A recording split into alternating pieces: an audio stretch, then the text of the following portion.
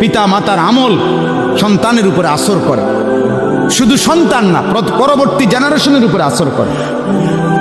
পিতা মাতার খামখেয়ালি সন্তানের জিন্দেগি নষ্ট করে। কোরআনুল কারীমের মধ্যে আছে মূসা এবং খাজির, মানে যাকে আমরা খিজির আলাইহিস সালাম কই, ওনার জীবনীর মধ্যে ওনার ঘটনার মধ্যে আছে হযরত খিজির আলাইহিস সালাম একটি এলাকার একটি দেওয়াল কাত হয়ে গেছে, সোজা করে দিছিলেন। তো ওইখানে আছে, উনি বলছিলেন মূসা নবীকে, এই যেই দেওয়ালটা আমি সোজা করে দিছি, এই দেওয়ালটার নিচে দুইটা এতিম বাচ্চার তাদের বাবার রেখে যাওয়া সম্পদ, গুপ্তধন, বাবার রেখে যাওয়া সম্পদ আছে মাটির নিচে। আর কয়েকদিন তাদের বয়স, সাবালক হবে এরা, এই এতিম বাচ্চাগুলো। এরা সাবালক হলে এরা এই সম্পদগুলো আল্লাহর কুদরতে খুলবে আর এগুলো তারা ব্যবহার করবে।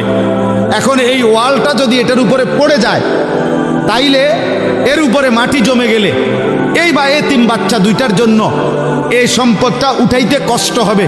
এজন্য আমি আল্লাহর ইশারায় তাদের এই দেওয়ালটা সোজা করে দিছি, যাতে দেওয়ালটা না পড়ে, বাচ্চাগুলোর সম্পদটা উঠাইতে যেন কষ্ট না হয়।